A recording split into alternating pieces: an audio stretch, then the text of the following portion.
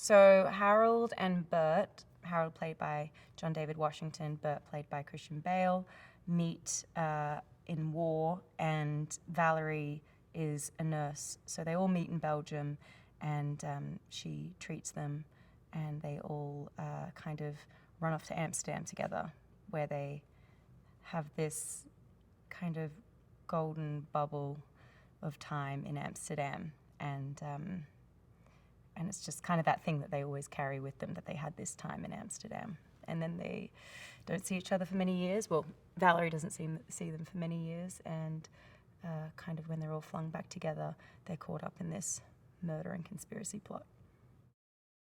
So during lockdown, yeah, I just started making art like she would, and it was really fun and bizarre. I mean, she's a quirky, bizarre kind of character anyway, but her art is also very, has a lot to say about life and mortality and innocence and power and all these kind of themes, but it's also maybe disturbing for some people. So I spent a lot of time making. My husband literally thought I was losing my mind in lockdown. I was making masks, and found all these, like, I'd have like glass eyeballs and mannequins and dolls and these x-rays of deformities and shrapnel and babies and like all this, and I'd have like make these little short films with my Super 8 camera, and some of that footage is in the movie. Actually, I watched kind of the movie and I was like, oh my god, that's my Super 8 movie. Because I sent everything to David, of course. So that was really, really cool to see that pop up.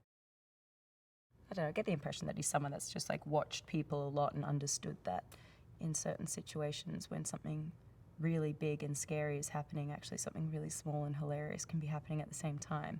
I feel like he does that a lot in his films, and certainly in this film. There'll be moments where it's kind of like big world-ending sort of stakes, but then actually they're just all caught up in their own small thing, which can be really hilarious. I love it when directors kind of mix drama with comedy in that way. Otherwise, it's just a bit too much to take, isn't it?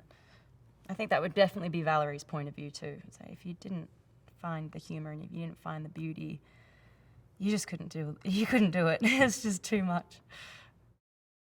I mean, there was a lot of very, very funny people on this set and very comedically gifted actors, a part of the ensemble cast. So, as you can imagine, a lot of improv and a lot of breaking the scene because everyone's just laughing.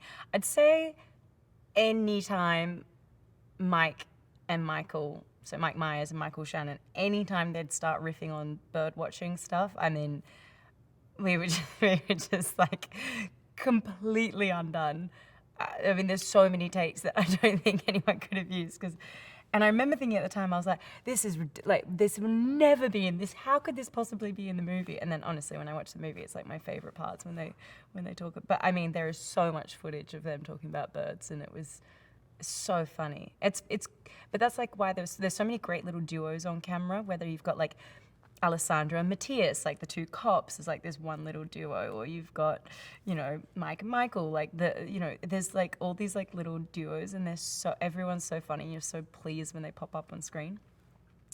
But it's funny that you can have someone who's so known for their comedy, like Mike Myers, with someone who's so known for their drama, like Michael Shannon, and then they can just riff off each other and be hilarious and serious and moving and all those things. I mean, it's so funny. Saying like Matthias is thought of as such a dramatic actor as well, and he's hilarious. And Christian's obviously Christian could do literally anything.